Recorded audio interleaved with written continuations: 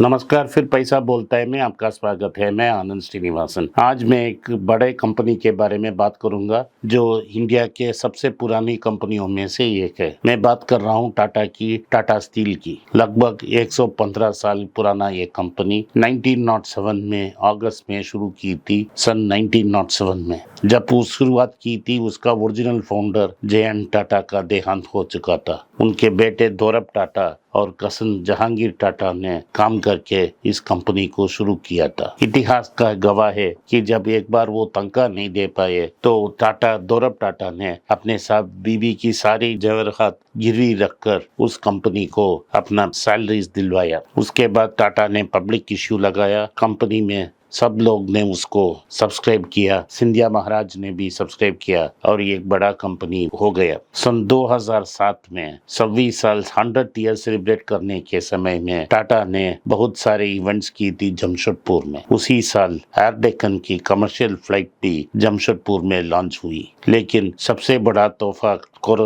टाटा को मिला जब वो कोरस कंपनी को खरीदा। कोरस का कंपनी लगभग $6.2 बिलियन की हुआ कंपनी थी। $6.2 बिलियन प्राइस बिड करके उन्होंने इस कंपनी को खरीदी। इस कंपनी भारत के सबसे बड़ा क्रॉस बॉर्डर एक्विजिशन था और टाटा स्टील को दुनिया में 6th पोजीशन में लेके गया ग्लोबल स्टील मेकर्स में। लेकिन दुर्भाग्यपूर्ण 2008 में एक बड़ा ग्लोबल फाइनेंशियल क्राइसिस आया। उस फाइनेंशियल क्राइसिस में तो उसके बाद कमोडिटी बूम क्रैश हो गया और उसके बाद टाटा स्टील्स का यूरोपियन ऑपरेशन, स्पेशली जो यूके में पोर्ट टालबोट में है, वो बहुत सारे चैलेंजेस फेस किए और स्टील प्राइसेस स्पेशली यूरोप में कोलैप्स हो गए हैं। उसी दिन से पिछले 15 साल से यूरोपियन ऑपरेशंस स्ट्रगल कर रही है प्रॉफिट्स करने के। वो स्ट्रगल कर रही है जो हाइज उनकी थी initial years after Corus acquisition, उसको मैच करने की, और वो मैच कर नहीं पा रही थी। लेकिन टाटास ने धीरे धीरे सारे प्रॉब्लम सॉल्व करने की कोशिश की है। अभी उन्होंने ऋषि सुनक की गवर्नमेंट से एक टाई अप करके $500 मिलियन की एक हेल्प फंड की एड मिल गई है। इसके साथ वो ब्लास्ट फर्नेस को क्लोज करके एक इलेक्ट्रिक आर्क फर्नेस का बिजनेस शुरू करेंगे पोर्ट टालबोट में। उस इलेक्ट्रिक आर्क फर्नेस के ट्रांजिशन में लगभग 3000 नौकरियां काट दिए जाएंगे पोर्ट टालबोट में, और उसको इलेक्ट्रिक आर्क फर्नेस को चलाने के लिए लोकली अवेलेबल स्क्रैप और सेकेंड हैंड स्टील ही यूज करेंगे रॉ मटेरियल के कारण। यूके की होने वाले ये स्ट्रक्चरल वीकनेस से यही बेस्ट सॉल्यूशन टाटा ने ढूंढ पाई और बहुत साल की नेगोशिएशन के बाद ये अग्रीमेंट साइन हुई और ये ग्रीन स्टील होगा। लेकिन डच प्लांट्स जो हैं, जो प्रॉफिटेबली चल रहे थे, उसमें भी बहुत सारे चैलेंजेस आए हैं। आज टाटा स्टील यूरोप ने ये अनाउंस कर दी कि लगभग 800 जॉब इंजुमुदीन नेदरलैंड्स में वो कम कर रहे हैं, क्योंकि वो स्ट्रक्चरली कॉम्पिटिटिव होना चाह रहे हैं और प्रॉफिटेबल होना चाह रहे हैं भी। टाटा स्टील के पास अभी इंजुमुदीन प्लांट में 9200 लोग काम करते हैं। इसमें से 800 लोग का नौकरी चला जाएगा। लगभग 8 या 9% की कटौती हो रही है। ये plant Dutch coast west of Amsterdam में है।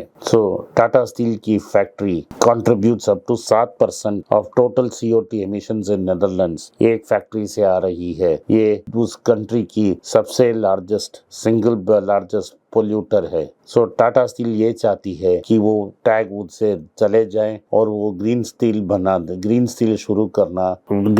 मैन्युफैक्चर करना शुरू कर दें। तो उन्होंने टाटा स्टील कोलैबोरेट कर रही है डच गवर्नमेंट से। डच गवर्नमेंट के साथ कोलैबोरेशन करते हुए green steel adoption technologies adopt करने की कोशिश कर रही है। कंपनी की ये टारगेट है कि कोल और आयरन ओर बेस्ड प्रोडक्शन को वो मेटल, स्क्रैप और हाइड्रोजन में बदल दें 2030 तक को, और उसे कम्प्लीटली एक ग्रीन स्टील प्लांट बनाने की कोशिश कर रही है। पोर्ट टालबोट में जैसे मैंने उन्हें बोला है कि 1.25 बिलियन पाउंड की इन्वेस्टमेंट की प्रपोजल से वो ब्लास्ट फर्नेस को क्लोज करके एक इलेक्ट्रिक आर्क फर्नेस की शुरुआत करने की प्लान है। इस ट्रांजिशन के लिए ब्रिटिश गवर्नमेंट 500 मिलियन की एड देगी। अगर ये ट्रांजिशन सक्सेसफुली हो जाती है तो इकोनॉमिकली और एनवायरमेंटली वायबल स्टील प्लांट चला सकते हैं और एबिटा की मार्जिन 8 से 10% को ऊपर तक आ सकती है। और ईएफ में लोकली सोर्स स्क्रैप से ही ग्रीन स्टील बनाया जाएगा, तो ये रिसेलियंस मिलेगा कंपनी को cyclical iron ore cyclical price से बचने की। और आयरन ओर और कोल इंपोर्ट करना तो खत्म हो जाएगा और डोमेस्टिकली स्क्रैप सोर्स करने से सप्लाई चेन भी शॉर्ट हो जाएगा। मोदी ने एक नया रिपोर्ट और क्रेडिट प्रोफाइल डाला है, जिसने उन्होंने इस क्रेडिट रिपोर्ट में टाटा स्टील की क्रेडिट को इन्वेस्टमेंट ग्रेड में अपग्रेड कर दिया है। और वो ये भी बोले हैं कि क्योंकि यूके के गवर्नमेंट से मिलके वो अपना प्लान बदल रही है, ये बिजनेस सस्टेनेबल है और टाटा स्टील यूरोप प्रॉफिटेबल हो जाएगी। लेकिन ये गवर्नमेंट ये सोच रही है कि वो इंडिया में फोकस करेगी। इस कंपनी टीवी नरेंद्रन के अंडर जो करंट मैनेजिंग डायरेक्टर हैं, उन्होंने ये कर दिया, क्लियरली बोल दिया कि वो यूके और नेदरलैंड्स में कंसंट्रेट नहीं करेंगे और सारी कंसंट्रेशन इंडिया में लगेंगे। इंडिया में अभी 20 मिलियन टन की प्रोडक्शन हो रही है, उसको लेकर वो 40 मिलियन टन की प्रोडक्शन तक चलेंगे 2030 तक।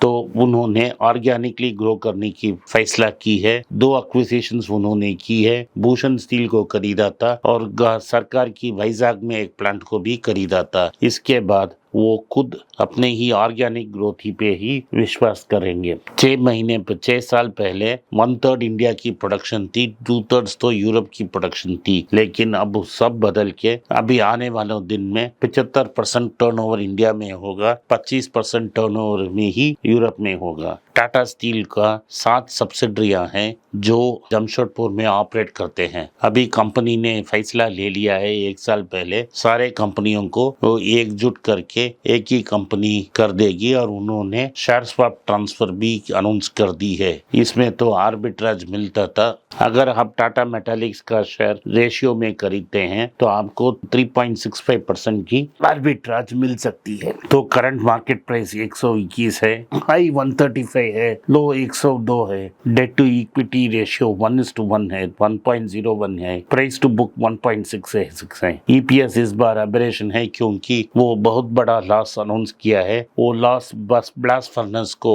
शटर करने की लॉस है, वो वन टाइम लॉस है। और अगर नॉर्मल टाइम्स में तो पीपीएस 20 से 22 तक होगी, तो 5 टाइम्स ईपीएस ही होगा इस कंपनी का। आप अगर लॉन्ग टर्म 5 साल 10 साल के लिए वेट कर सकते हो, इस कंपनी को आप कंसिडर कर सकते हो छोटे छोटे क्वांटिटी में। प्रमोटर का शेयर होल्डिंग 33.9% है, लगभग 34% है। एफआईआई का 20.31, डीआईए का 22.2 और पब्लिक का 23.43 है। इस कंपनी को हम कंसिडर कर सकते हैं और अगले 10 साल में जो कर्ज है उनका वो कम होता जाएगा।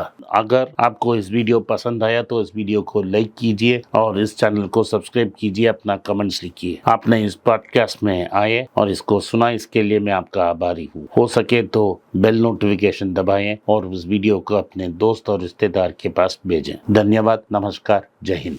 नमस्कार, फिर पैसा बोलता है में आपका स्वागत है। मैं 24 नवंबर शुक्रवार कुवैत में हूँगा। 3:30 बजे से लेके 6:30 बजे तक इवेंट होगा। इवेंट होने का एड्रेस है Yakut banquet hall, millennium hotel convention centre, ring road, अबू तार अल गफारी स्ट्रीट, कुवैत। जो मुझे उधर मिलना चाहे वो नीचे दिए गए व्हाट्सएप नंबर या ईमेल से हमें संपर्क करें। मेरा टीम आपसे कांटेक्ट करेगी। नमस्कार, धन्यवाद, जय हिंद।